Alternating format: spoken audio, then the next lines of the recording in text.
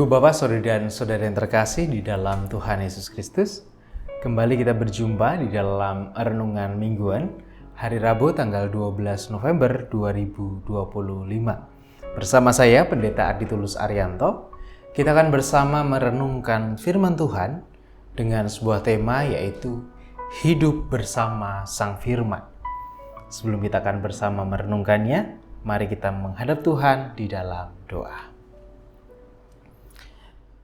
Kami sungguh bersyukur Tuhan atas anugerah kehidupan yang telah Tuhan beri kepada kami. Dan di dalam kami hidup, kami saat ini hendak mau belajar atas firman-Mu, sehingga kehidupan kami yang kami jalani dapat arah sepenuhnya ke dalam tangan kuasa-Mu dan terarah di dalam kehendak-Mu. Kami mohon kiranya Roh-Mu yang kudus yang tercurah atas kami Tuhan, supaya memampukan kami untuk kami dapat memahami, sehingga kami mau untuk mewujudkannya di tengah-tengah keseharian kami.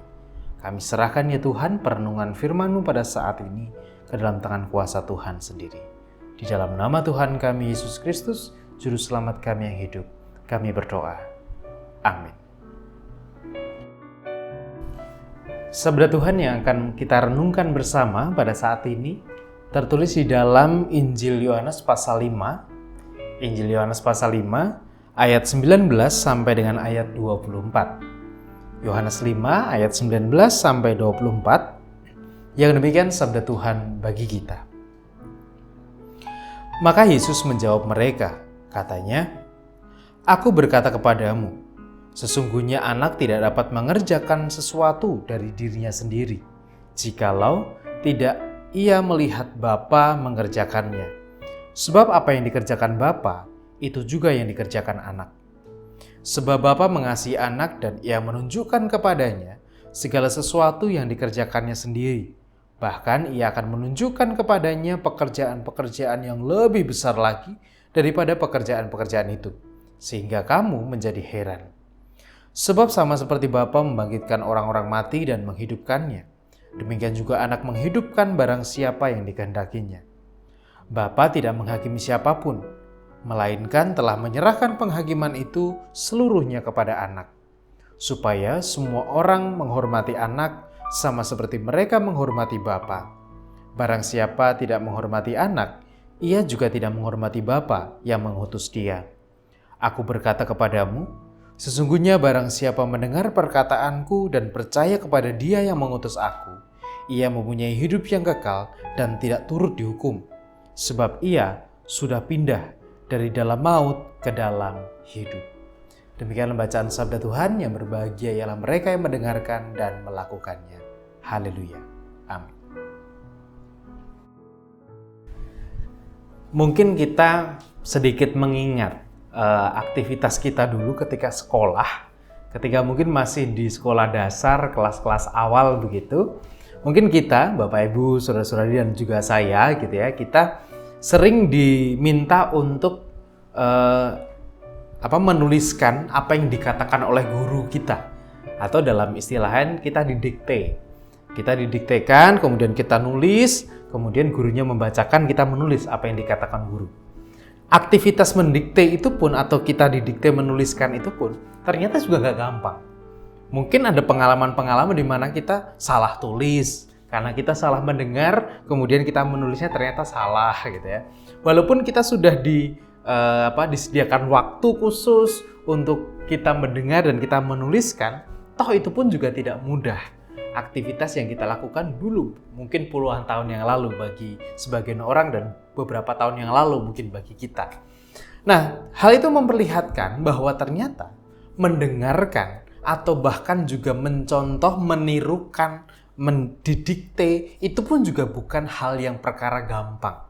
Apalagi jika kemudian kita disuruh berpikir, menganalisis, atau menganalisa dengan konsep tertentu. Contohnya saja misalnya kalau kita bicara tentang firman Tuhan. Tuhan memfirmankan sesuatu kepada kita. Tuhan berfirman kepada kita. Kita didikte oleh Allah. Kita didikte melalui kehadiran Yesus yang berfirman kepada kita. Kita disuruh untuk melakukan apa yang dikatakan Yesus, apa yang dikatakan Allah melalui Yesus. Tapi toh juga ternyata tidak gampang kan? tidak mudah juga untuk dilakukan. Sering kita salah, atau bahkan juga kita sering kemudian tidak mau mengikuti karena mungkin pertimbangan-pertimbangan atau pikiran-pikiran, ego, dan lain sebagainya yang membuat firman yang seharusnya Yesus sudah katakan, Yesus sudah sampaikan kepada kita itu kemudian tidak kita lanjutkan dalam kehidupan kita. Itu memperlihatkan bahwa yang namanya mendengar, mencontoh, meniru itu juga toh bukan perkara yang mudah. Tetapi di sini Yesus memberikan sebuah standar bagi kita. Siapa kita adalah pengikut-pengikutnya. Tuhan punya standar tertentu bagi setiap pengikutnya. Standarnya sederhana, yaitu barang siapa mendengarkan perkataanku dan percaya kepada Dia yang mengutus aku, ia mempunyai hidup yang kekal dan tidak turut dihukum, sebab ia sudah pindah dari dalam maut ke dalam hidup. Kita percaya bahwa kalau kita percaya kepada Yesus, kita akan mendapatkan kehidupan. Yang tadinya mungkin kita akan dihukum oleh karena dosa-dosa kita masuk ke dalam maut, tetapi oleh karena kita percaya kepada Kristus, kita percaya kepada Yesus yang menyelamatkan kita, kemudian kita berpindah ke dalam hidup.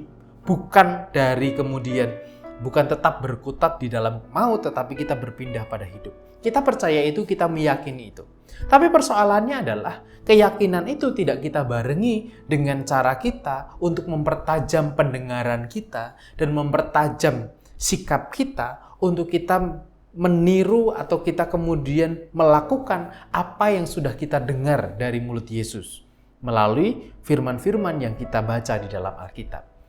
Nah, sebuah standar ini menjadi standar yang penting bagi setiap kita para pengikut Kristus. Kalau kita mau mengaku sebagai pengikut Kristus yang sederhana saja, ya ikuti apa yang Yesus bilang. Percaya kepada yang Yesus bilang, lakukan yang Yesus bilang. Hal itu kemudian akan membawa kita ke dalam hidup. Tapi toh juga dalam kehidupan kita, seringkali kemudian perkataan Yesus itu seolah-olah menjadi sesuatu yang nomor dua. Yang nomor satu apa? Yang nomor satu adalah perkataan kita sendiri dan pikiran kita sendiri. Itu yang seringkali kita lakukan dan terjadi dalam kehidupan kita. Sehingga standar yang pertama ini menjadi sebuah koreksi besar bagi kita. Bagaimana kita mengikuti Yesus? Sudahkah kita berdasarkan dengan firman yang kita dengar, ataukah hanya berdasarkan pada diri kita sendiri? Lalu yang kedua adalah, ketika Yesus mengatakan bahwa berpindah dari maut ke dalam hidup, hidup di sini tidak hanya berbicara tentang kehidupan nanti, atau kehidupan kekal di surga dan sebagainya, tetapi kehidupan yang kita hidupi sekarang di sini. Firman Tuhan itu bukan hanya menyuruh kita untuk ayo cepat-cepat mati supaya engkau dapat hidup dalam kerajaan Allah. Tidak itu. Tetapi firman Tuhan justru menekankan kepada kita bagaimana firman itu menjadi standar moral juga. Standar di dalam kita hidup sekarang ini. Bersama dengan orang-orang sekitar kita, bersama dengan masyarakat, bersama dengan keluarga. Dalam hidup kita sekarang ini firman Tuhan juga menjadi standar. Sehingga hidup yang dimaksudkan di sini bisa bermakna hidup sesudah kematian, tapi juga bisa bermakna hidup kita saat ini. Bayangkan kalau setiap kita yang hidup, kita tidak kemudian mendengarkan firman Tuhan. Kita hidup sebagai orang Kristen, tetapi kemudian firman Tuhan itu tidak pernah masuk dalam pikiran kita, tidak masuk ke dalam telinga kita, dan tidak kita wujudkan dalam kehidupan sehari-hari. Maka yang terjadi pasti kehidupan kita akan krodit, akan kacau. Kenapa? Karena semua orang hanya menuruti keinginannya masing-masing. Yang A pengen begitu, yang B pengen begini, yang C pengen begono, yang D kemudian melakukan maunya sendiri. Tidak ada standarnya. Maka semuanya akan menjadi kacau. Dan dunia ini pasti akan jauh lebih berantakan. Tetapi firman Tuhan, perkataan Yesus juga menjadi standar dalam kehidupan kita sekarang. Tapi persoalannya lagi, kita mau mendengarkannya atau tidak. Kita kemudian mau percaya atau tidak. Dan kita mau menghormati perkataan Tuhan itu melebihi perkataan dan pikiran kita sendiri atau tidak. Karena selama kita mau menjadi murid Kristus, berarti kita mau hidup bersama Sang Firman, Sang Logos, yang dimana itu adalah kita kenal di dalam diri Tuhan Yesus Kristus. Tuhan memberkati. Amin. Marilah saat ini kita bersama berdoa, menyerahkan syukur dan juga syafaat kita kepada Tuhan. Mari kita berdoa. Tuhan, kami sebagai anak-anak-Mu, kami sebagai murid-murid-Mu, seringkali kami kesulitan untuk mendengarkan firman-Mu, kami kesulitan untuk melakukan firman-Mu, dan kami kesulitan untuk mewujudkannya dalam kehidupan kami. Bukan karena Engkau tidak jelas mengatakannya kepada kami, tetapi justru karena kami menutup telinga kami menutup diri kami, dan kami tidak mau menuruti, bahkan kami mengabaikan apa yang Engkau firmankan kepada kami. Ampunilah kami ya Tuhan. Kiranya Engkau yang menolong kami, supaya kami juga menjadi anak-anak-Mu, menjadi murid-murid-Mu, yang mau mendengarkan firman-Mu, mendengarkan perkataan-Mu, supaya kami dapat hidup dengan lebih baik, supaya kehidupan kami pun juga tetap berjalan di dalam kehendak Tuhan. Bapa, saat ini kami mau bersama juga menyerahkan berbagai pergumulan-pergumulan kami Tuhan. Pergumulan tentang keluarga, sekolah, pekerjaan, atau juga berbagai pergumulan pribadi yang saat ini kami miliki. Tuhan, kiranya Engkau yang menolong kami, Engkau yang menguatkan kami di tengah pergumulan kami. Kendati mungkin kami sering hampir menyerah karena begitu beratnya pergumulan kami, tetapi kami mohon, kiranya kekuatan-Mu lah yang boleh membangkitkan semangat kami untuk kami terus berjuang, memperjuangkan hidup kami ini. Dan secara khusus Tuhan, saat ini kami mau bersama berdoa bagi saudara-saudara kami yang juga sedang berjuang di dalam kehidupannya, di tengah sakit yang mereka rasakan, baik oleh karena usia, ataupun juga oleh penyakit yang sedang mereka ada di dalam tubuh mereka.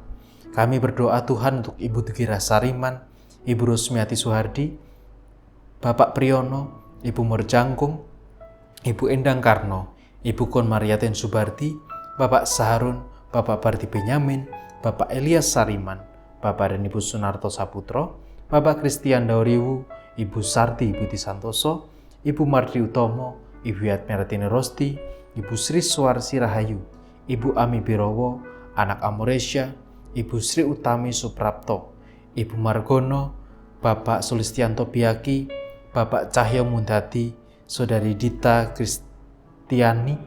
Kami berdoa juga untuk anak Glorius Fariski. Kami berdoa untuk Ibu Indira Puspasari. Kami juga berdoa untuk Saudara Anggi.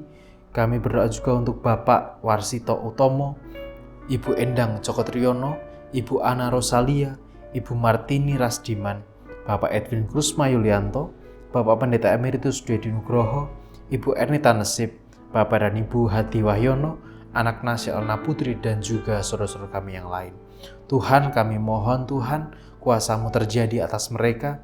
Kami mohon biarlah kepulihan, biarlah kesembuhan yang saat ini mereka upayakan, boleh Tuhan berkati, sehingga mereka boleh merasakan anugerah dan berkat yang dari-Mu itu. Kami menyerahkan keluarga yang mendampingi juga. Kiranya Tuhan juga memberkati mereka dengan damai sejahtera dan dengan kekuatan dari-Mu. Kami menyerahkan ya Tuhan setiap doa-doa kami ini yang kami pinta di dalam nama Tuhan kami, Yesus Kristus. Amin.